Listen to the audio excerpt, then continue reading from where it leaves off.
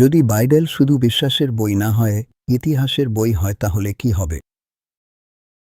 দশকের পর দশক ধরে রন ওয়ায়ার্ড বাইবেলের ঘটনাগুলোর প্রমাণ খুঁজে বেরিয়েছেন।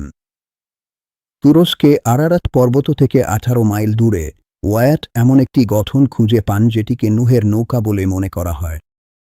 রেজিস্টিভিটি স্ক্যান দেখায় মাটির নিচে লুকিয়ে থাকা মানুষের তৈরি নৌকার মতো একটি বস্তু রয়েছে।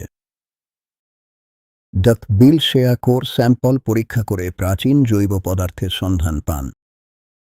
রেড সাগরে ওয়ায়াত নুয়াইবাতে পানির নিচে একটি ভূমি সেতু চিহ্নিত করেন, যেখানে তিনি নির্গমনকালের রথের চাকা ও অবশিষ্টাংশের কথা জানান।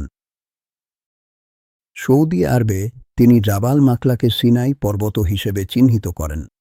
এর চূড়া কালো, তাপে ও ধোঁয়ায় পোড়ার চিহ্ন রয়েছে, যা জ্বলন্ত পর্বতের বিবরণের সঙ্গে মিলে যায়। ডেড সাগরের পাশে ওয়ায়াত লক্ষ লক্ষ সালফারের বল ও পোড়া ধ্বংসাবশেষ নথিভুক্ত করেন, যেগুলো সদম ও গোমরার অবশিষ্টাংশ বলে চিহ্নিত করেন। অগ্রদূত হন বা বিতর্কিত ব্যক্তিত্ব, ওয়ায়াটের আবিষ্কারগুলো এখনও অনুপ্রেরণা যোগায়। এইসব আবিষ্কার, প্রমাণ এবং আরও অনেক কিছু দেখতে আমাদের ইউটিউব, টিকটক, এক্স, ইনস্টাগ্রাম বা ফেসবুকে অনুসরণ করুন। যেমন চুক্তির সিন্দুক, মিশরে জোসেফ, কাদেশ বার্নেয়া এবং মাকতেলার গুহা।